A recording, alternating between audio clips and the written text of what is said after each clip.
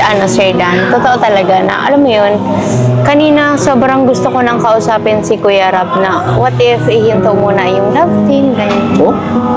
Gusto mo na i-stop yung yung dandit? Oh, hindi man i-stop talaga, yung parang magpahinga lang. Bakit naman? Paano yung mga nagmamahal sa'yo na Yan nga yung iniisip. mga solid na supporters natin, di ba? Sila na nga lang yung, alam mo yun, sila na lang yung pinanguhugutan ko ng lakas para i-continue to. Parang alam mo yun, ang sakit kasi pag nadadamay na yung family. Yun yung parang hindi talaga sa akin yun pwede pag madadamay na yung family ko. Siguro hindi talaga para sa akin yung love. So, ayun mga kasukay, mga kalingap, nakakagulat naman itong si Medit, no? Gusto niyang ipatigil muna yung kanilang love team. At ano yung reason niya? Ito, alamin po natin sa video na ito. Pero bago natin simulan yan, huwag niyo pong kakalimutang mag-subscribe. Bal Santos Matubang, Kalingap Rab, at Edna Vlogs. At supportahan niyo rin po yung aking YouTube channel, Gandang Emmy. Sa mga hindi pa po nakapag-subscribe, please subscribe and please hit the notification bell para lagi po kayong updated sa aking mga ina-upload na mga reaction video. So ito, panoorin po natin. Tama namin na sobrang laki po pala ng perang dapat na hawak ni Sir Dan. Kasi ang daming yes po, may nag-sponsor sa kanya ng 90,000. Grabe! May nag-sponsor sa kanya ng 25,000, 10K. Wala pa po doon yung mga... nagpunta kayo Dan? Wala pa nga pong 50,000 ata yung cash niyang nahawakan. Kasi po yung t-shirt niya, 30,000 lang. Which is dapat 40,000. Grabe. Ibig sabihin mga sa isang tao lang po, opo. Sa isang tao lang po yun. Tapos, yung sa wallet niya po na 10,000, edi 40,000 lang po. Di ko alam bro na may mga... Kasukay, mga kalingap, nakakagulat naman, no? Etong mga revelasyon ni Medit, no? Na etong sponsor na to, admin ay founder, is marami siyang nakulimbat na pera, no, mga kasukay, mga kalingap, no. Hindi niya lahat binigay, no. Lalo na no, alam niyo naman po, nag-birthday itong si Papa Dan, no. Magkano lang yung natanggap, which is dapat is nasa 90,000, mga kasukay, mga kalingap, pero ang nakuha lang ni Papa Dan is nasa 50, no? So, ang laki nang nawala, mga kasukay, mga kalingap. So, yun ang mahirap sa mga nagkukunyaring sponsor, tapos ganun yung may ibang motibo, no, mga kasukay, mga kalingap. Magso-solicit sila para doon sa kanilang beneficiary na tinutulungan, tapos hindi lahat nila ibibigay yung pera. So, yun ang hindi maganda, no, mga kasukay, mga kalingap. So, mas maganda talaga itong beneficiary ay dapat walang connection doon sa mga tumutulong, sa mga sponsor, no, mga kasukay, mga kalingap. Doon kasi nagsisimula yung gulo, eh. Kagaya niyan, yung mga nangyaring ganyan, di ba? So, dapat is, kung mag-i-sponsor ka, wala yung, talaga, yung direct mo ibibigay, ipapasa dito kay Kalingap Rab, no? Mahirap kasi yung kapag ganyan, nagsosolicit doon sa mga kasamahan, tapos hindi naman ibibigay lahat yung pera. So, parang ginagamit nila yung love team na dadit para makakuha ng pera, mga kasukay, mga kalingap. So, iba yung motibo nila, no? So, yun ang hindi maganda. Hindi maganda po yun. Kailangan detalyado kung magkano ibinigay na pera ng mga nagsosolicit, yung mga kasamahan sa grupo, no?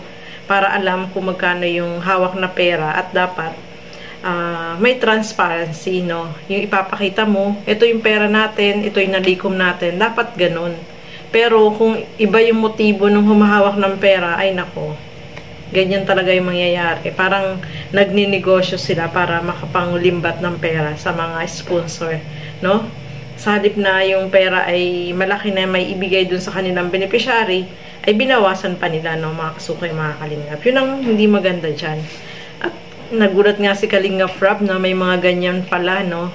So, dapat talaga, kapag ganyan, is may transparency at pinapakita yung listahan kung sino talaga yung mga nagbigay para alam, no? Mga kasukay, mga kalingap. Dapat ganun. So, ituloy pa po natin. Sa'yo naman, ang papayo ko sa'yo, siguro, hayaan na lang natin sila, di ba? Huwag tayong masyadong panghimasukan yung nila, yung mga plano, di ba? Huwag natin masyadong panghimasukan. Hayaan natin sila kung ano yung may bibigay sa atin, then thank you, ganun. Kasi at the end of the day, ano lang din naman tayo, beneficiary, and tinutulungan nila tayo. So, hayaan na lang natin sila. Pero kung may nakita kang mali, doon ka papasok. Doon lang po ako pumasok, Kuya Rab, sa ano. Kasi po, yung naano ko po kasi na, yung hindi niya mabigay po yung transparency na hinihingi sa kanya ng mga admins niya na dapat andun Pwede po yun. talaga yun. Kasi ginagamit niya po ako, ginagamit niya po kami. Bandit, ginagamit niya. Baka mamaya po, Baka masira kayo na dahil sa ano. dahil lang po sa ganun. Hindi lang ikaw, pati na rin kami. Opo. Buong kalingap na ganyan pala yan. At least na-open mo, no? Opo. So, ngayon, Ayan mga kasukay, mga kalingap, tama yung sinabi dyan ni Kalingap Rob na wag panghimasukan yung mga sponsor, no? Kasi, gaya ni Medit, siya yung beneficiary. Hayaan niya lang yung mga sponsor kung ano yung gusto, no? Kasi yung mga sponsor is nakakaalam yan kung ano yung gusto nilang mangyari dito sa kanilang tinutulungan. Wag nating pangunahan, no, mga kasukay, mga kalingap. Tama yung sinabi dyan ni Kalingap Rob. Kasi kapag mga ganyan, gaya niyan, nababash siya, no? Marami yung nagbabas sa kanya. So, kung kapag isa kang beneficiary, wag kang makipag-connect sa mga sponsor na tumutulong sa'yo. Doon kasi nagsisimula yung ikokontrolin ka nila, no? Kokontrolin ka na nila, mga kasukay, mga kalingap. So, mas maganda is wag natin silang panghimasukan, hayaan natin kung ano yung gusto nilang ibigay at wag natin silang pangunahan. Yun. Tama yung sinabi dyan ni Kalingap Rob. At isa pa, doon kasi nagsisimula yung wakwak, no? Yung winawakwak yung mga tinutulungan, no, mga kasukay, mga kalingap. Kasi nagiging open sila sa isa't isa. So, yung mas malalim yung kanilang samahan, di ba? So, dapat iwas-iwas din tayo, no, mga kasukay, mga kalingap. At kapag ganyan na mga sponsor, dapat ipapaalam mo kaagad kay Kalingap Rob. Doon i-direct yung, halimbawa, may sponsor sila na gustong ibigay, dapat direct, no. Gaya ni-explain kanina ni Kalingap Rob about dito sa grupo ni Mama Marilyn, no, talagang transparent yung kanyang grupo, no. Pinapakita niya kung sino yung mga nagbigay, magkano yung binigay, yung control number, pinapakita din niya. So, maganda po yun, no, kasi at least alam ni Kalingap Rob na talagang transparent yung kanilang grupo, no. Walang ibang motibo. Ang hangad lang talaga ay makatulong, no, doon sa mga beneficiary na kanilang tinutulungan. So, tama po yun, mga kasukay, mga kalingap. So, ituloy pa po natin. Dan, alam mo yun, parang minsan gusto ko nang ihinto. Kasi syempre nasasaktan din ako para sa akin tapos para sa'yo. Kasi grabe yung bashing. Pero alam mo yun, pag nakikita kita, uy, titi, paglaban. Charis. Pero hindi, Sir Dan, totoo talaga na, alam mo yun, kanina sobrang gusto ko nang kausapin si Kuya Rab na, what if ihinto muna yung love team, ganyan. Oh? Gusto mo na i-stop yung dandit? Hindi man i-stop talaga, yung parang magpahinga lang. Bakit naman? Paano yung mga nagmamahal sa'yo na Yan nga yung inisip. mga solid na supporters natin, di ba? Sila na nga lang yung, alam mo yun, sila na lang yung pinanguhugutan ko ng lakas para i-continue to. Parang alam mo yun, ang sakit kasi pag nadadamay na yung family. Yun yung parang hindi talaga sa akin yun pwede pag madadamay na yung family ko. Siguro hindi talaga para sa akin yung love. So, kung ganyan yung nararamdaman mo, nirespeto ko. At alam ko naman na maintindihan niya ng mga taong nagmamahal sa'yo. Siyempre, mental health mo na yan. Pero ano ba ang maibibigay kong tulong sa'yo? Ano ba gusto mong gawin ko para hindi ka sumuko o hindi ka umayaw sa love team natin? Ano bang magagawa ko? Gusto ko lang, alam mo yun, Sir Dan, gusto ko muna magpahinga, makapag-isip-isip. Tapos, yun, para malinawan, tsaka makapag-regain ulit. So, mag-recharge. Okay lang naman, okay lang yun, Medit, kung gusto mo magpahinga. Siyempre, nag-aaral ka, nagtitinda ka pa, di ba? So, parang kailangan mo rin ng pahinga sa sarili mo. Pero sana wag mo naman isipin na gusto mo mag-stop talaga sa ating love team or kay Kalingap Rob.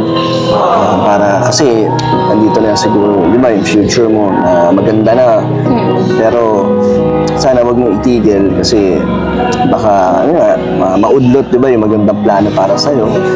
Para lahat naman ng mga successful na tao napapagod, dumadaan sa ganyang stage, gusto sumuko. Pero pag matibay ka, hindi ka susuko. Parang kahit ano pa yung pagdaanan nyo, tuloy-tuloy lang. Ayan, example, kami ng mga Kalingap, una sila Kuya Val, si Kalingap Rab. Lahat naman yan napapagod. Sa araw-araw na ginagawa namin talagang nakakapagod.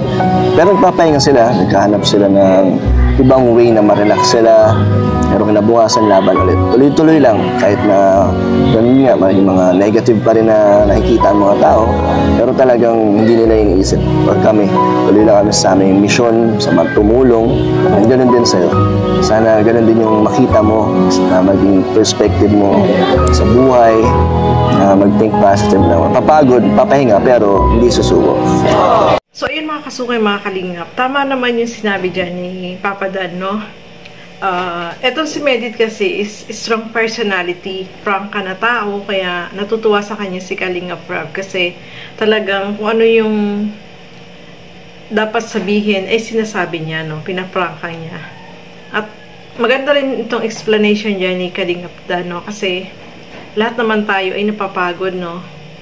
Lalo na ito nga, lahat naman ay nakakapagod pero nakaka-recover naman, no, mga kasukay, mga kalingap. At maganda na yung ano niya, stepping stone niya para mag-grow palalo, no, mga kasukay, mga kalingap. So, sana isipin maigi ni Medit kapag pinatigil yung kanyang yung love team nila, di ba? So, maapektuhan din siya doon, mga kasukay, mga kalingap, no. At nakikita naman natin malaking tulong yung love team kasi kapag nagbablog sila, meron naman blessing na natatanggap siya, di ba? So, malaking tulong yun para sa family niya, mga kasukay, mga kalingap. Eh, paano na lang kapag tumigil yung love team nila, di ba? Ayaw na niya, magpahinga siya. So, mas lalong mahihirapan siya doon, no? Mga kasukay, mga kalingap. So, maganda yung explanation dyan ni Papa Dan. No, at, excuse me po. At kay Medit, no, isipin niya maigi kung ano yung magiging kalalabasan kapag nagbatigil siya sa pag-vlog sa kanya, no? Yung love team nila ay tumigil, no? Lalo na ngayon, marami na yung nagmamahal sa kanilang dalawa ni Papa Dan, no? Marami na din yung sumusuporta sa kanila. So, tuloy lang, no? Ang pagsubok ay dumarating talaga sa buhay ng isang tao, no? Ano lang, laban lang, Medit, no? Kaya mo yan. So, ayun mga kasukay, mga kalingap, maraming salamat po sa inyong panonood at lagi po natin supportahan lahat ng mga kalingap partners and kalingap reactors. So, hanggang dito na lamang po muna. Keep safe everyone. Thank you for watching. Mabuhay po tayo. Bye-bye!